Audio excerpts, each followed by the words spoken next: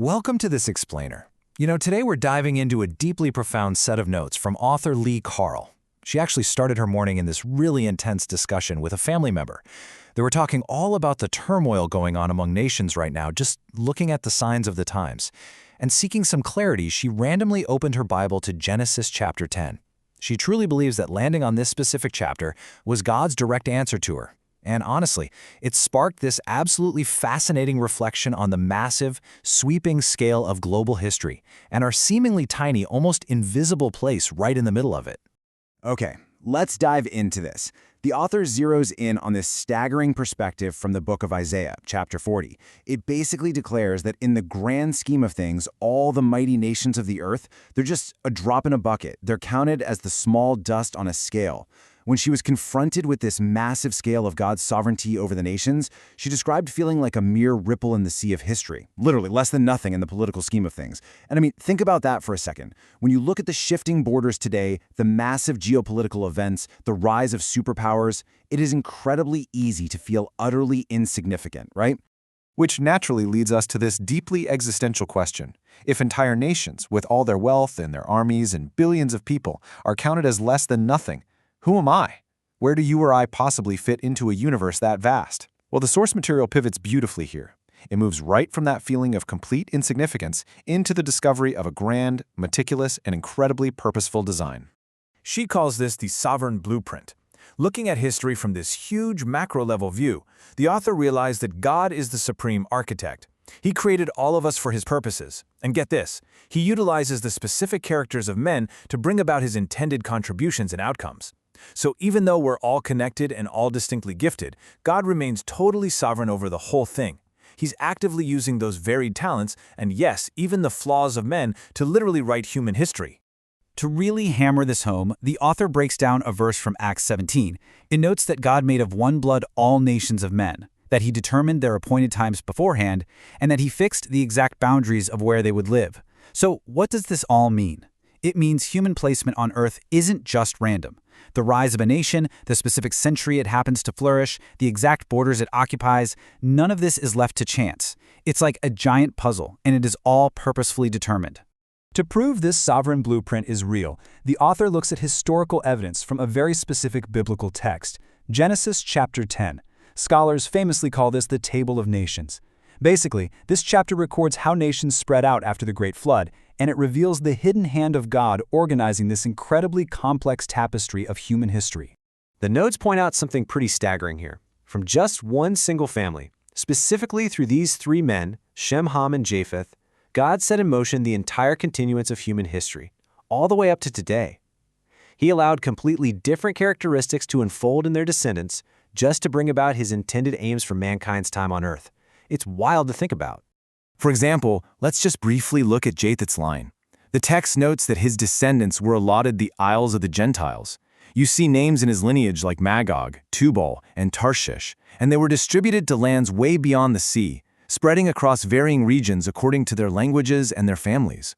So you can see, the blueprint was already separating and organizing humanity geographically right out of the gate.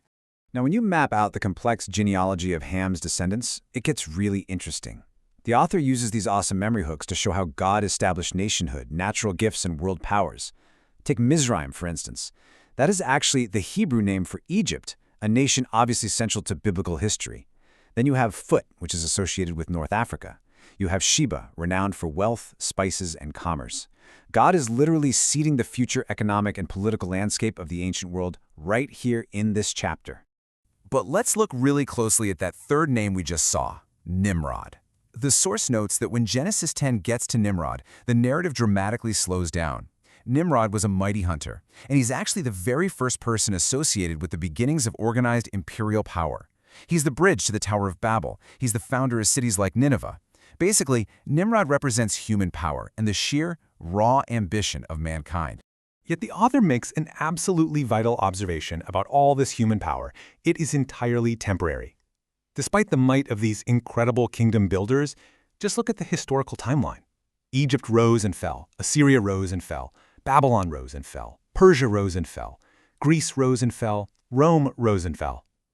We see all these wars, migrations, and massive conquests, But the inescapable truth is that the nations changed, they crumbled, they disappeared, but God remained. It's so easy for Genesis 10 to just become this dry academic study of ancient peoples and lost civilizations. But the author strongly argues that the nations are not the point. God is the point. This whole text is a testament that God is actively directing history toward His purposes and His glory, regardless of who is sitting on the throne at the time. So what exactly is that ultimate purpose? Well, the author explains that amidst all these massive, crumbling empires and the deafening noise of world politics, God planted something quiet, highly specific, and honestly really beautiful right into the flow of human development. He planted salvation and the path to redemption. Watch how this builds, it's incredible. As the biblical narrative progresses, it increasingly narrows its focus. Out of the vast, sprawling table of nations, God zeroes in on the line of Shem. From Shem, the covenant line leads directly to Abraham. From Abraham, we get the nation of Israel. And from Israel, ultimately, comes Christ.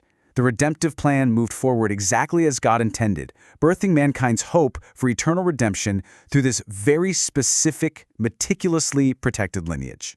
And this brings us all the way back down from that dizzying macro scale of rising and falling nations right down to the micro level of the individual.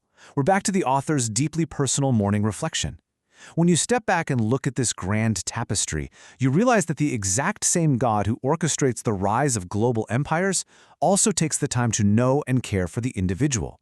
The author beautifully contrasts her physical reality with her spiritual reality here. She notes, yeah, in the grand political scheme, I'm a ripple in the sea of history, less than nothing in the scheme of things. But simultaneously, she recognizes she is a daughter of God, fully known and totally loved by Him. Like anyone, she benefits directly from this carefully planted plan of redemption that was woven into human development from the very beginning. And the notes include this really powerful reminder. The cry of salvation has gone out to all the descendants of those original families. God was not willing that any perish, but that all come to repentance.